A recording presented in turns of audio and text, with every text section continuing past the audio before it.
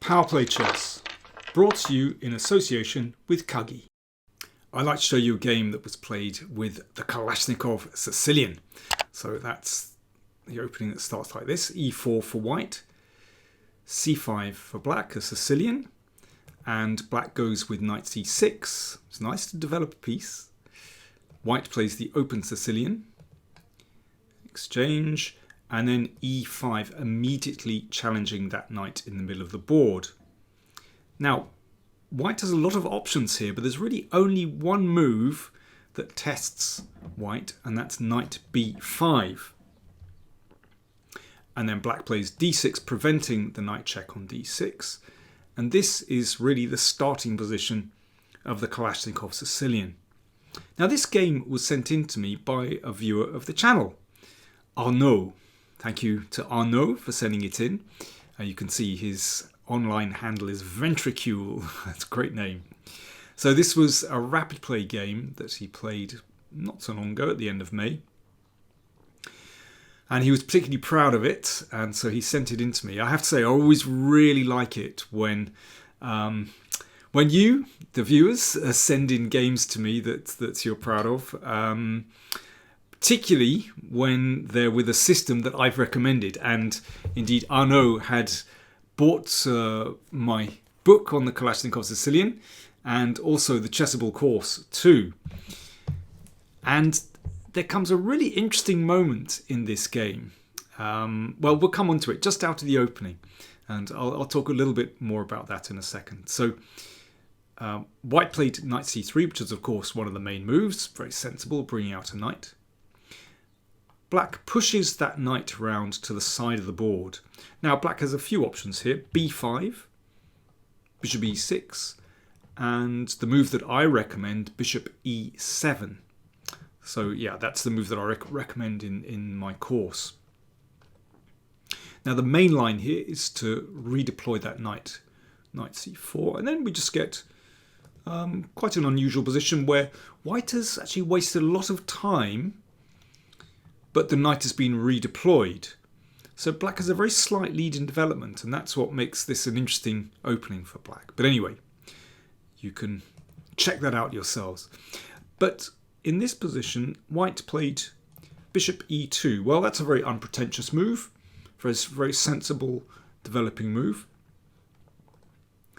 And knight f6, why not? Let's just continue developing normally. And white played bishop g5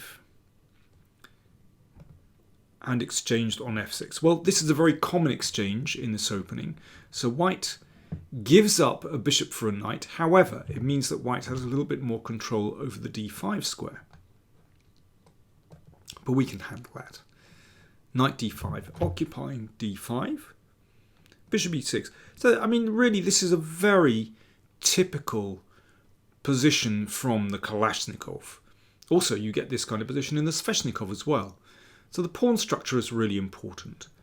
Black has these two central pawns that give black, a solid footing in the middle. White has one central pawn.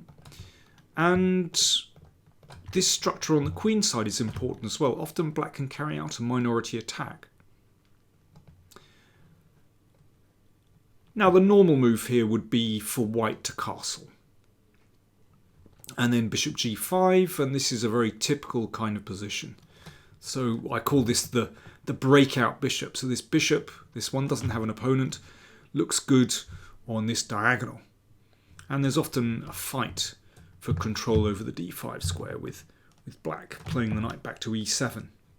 Okay, but that's another story. But here white played a move which I think is a little bit dubious. c4. So he wanted to clearly prevent b5, which is often a good move, and also cement control over d5.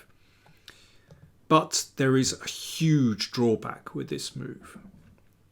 The d4 square is now available for that knight. So this is a very weak square. Normally that pawn would come to c3 to protect d4, but with c4, that d4 square can be hopped in by the Trojan horse coming into d4. But also white is playing this before this king is castled. So queen a5 check, as played by Ventricule, is excellent. So white has a difficult choice here. Well, you don't want to play king f1, that looks horrible. Queen d2 is also not really satisfactory because, in fact, the king is going to be pushed around here. It's not very good in the middle of the board. You know, there's all kinds of interesting breaks here with f5 and, you know, potentially knight d4. Yeah, well, maybe a rook c8 first. You've got to watch out for knight c7. Therefore, white played the knight back to c3. Well, that's obviously an achievement for black to knock back the knight. And now the knight establishes itself in the middle of the board, knight d4. So bishop d3 played. And, okay, just stepping out of range of the knight, so rook c8. And white castled. So now Arnaud, when he wrote to me, gave a few comments on this game. Now this is really interesting. He said about this point, he said, I got quickly out of book, but on move 15, that's here, I had a aha moment when I realised that what my position needed was to relocate the dart-squared bishop. And indeed, that is such a common theme in this opening. I call this moving the bishop to g5, the breakout bishop, and that's a beautiful diagonal, controls c1. But there's another route for that bishop into the game as well. And Arnaud continues, I realised that what my position needed was to relocate the dart-squared bishop on the other wing.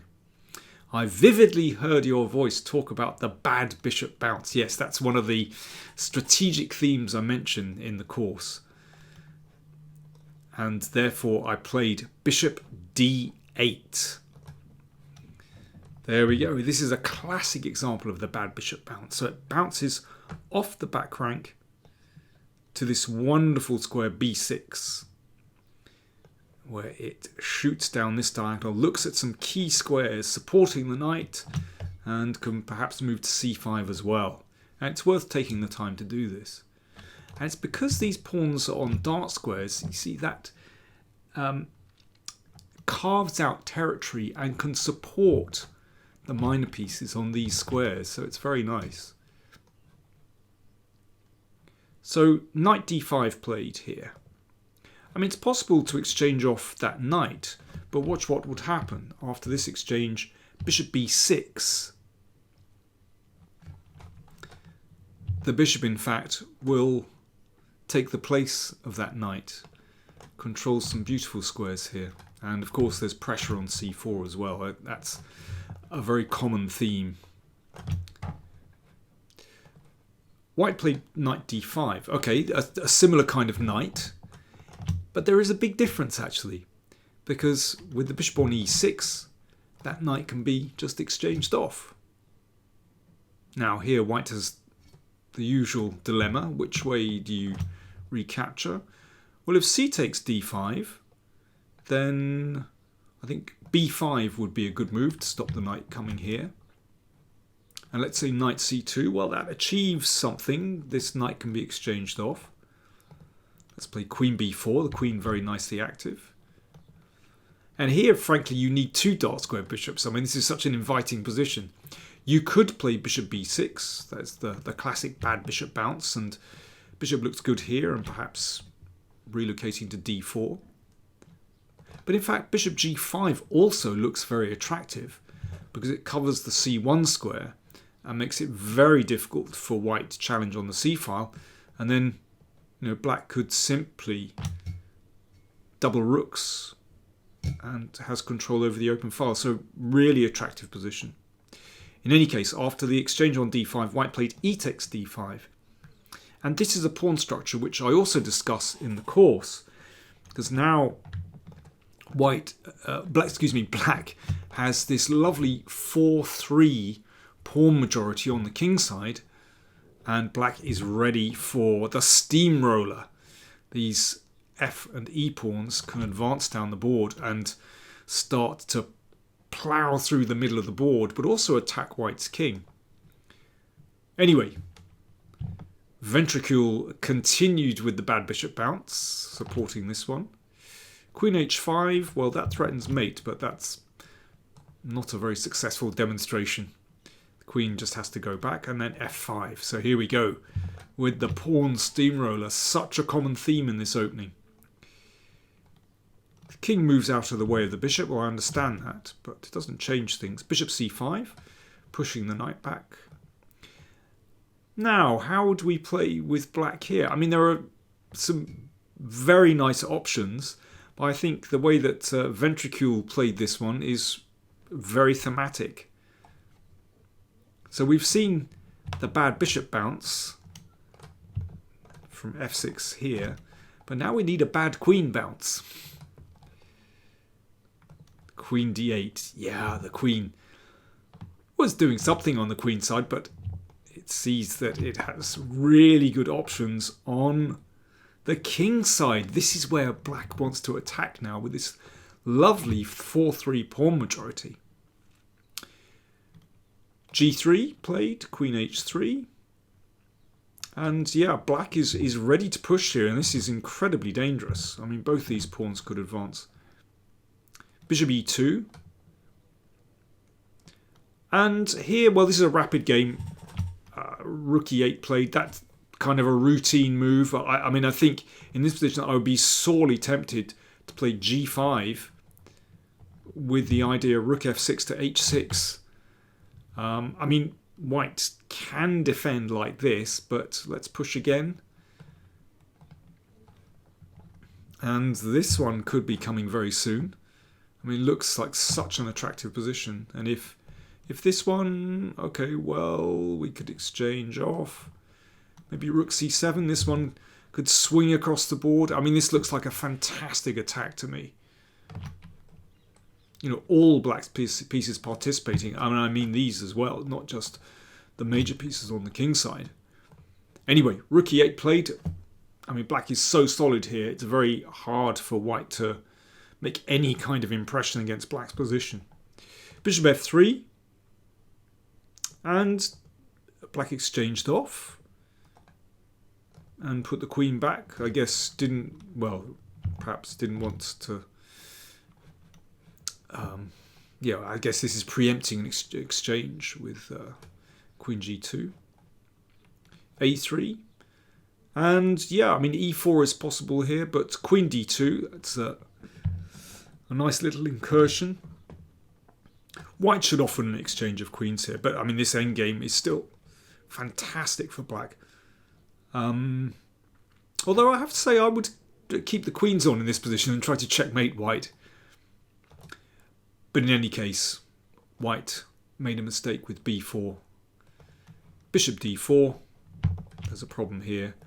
And now e4, that just overloads the queen. The queen has to move away from protecting the knight. And that's game over. So, for example, queen e2, bishop takes. There you go. The bad bishop bounce. Winning a piece. And the game finished, in fact, rook d1, queen takes c1. That was game over. If rook takes, then, well, black is a whole rook up. Yeah, what a successful bad bishop bounce. Actually, you know, caused a winning tactic at the end of the game. Really good. So, yeah, congratulations to Ventricule, otherwise known as Arnaud. Really very nice game, and I'm so glad that my course paid off with this thematic move, the bad bishop bounce. So if you've played a Kalashnikov Sicilian game that you're proud of, do send it in to me. And, well, if it's a really good game, I might actually feature it in a video. And, yeah, don't forget you can get the book directly from New in Chess. I'll put the link down there somewhere. And the Chessable course, naturally, is on sale as well. There we go. Depends which medium you like. And, of course, if you want to send a game in to me, contact me through my website, www.danielking.biz. And there's a contact button there. There you go. Hope you enjoyed that. And congratulations again to Arnaud. Well played.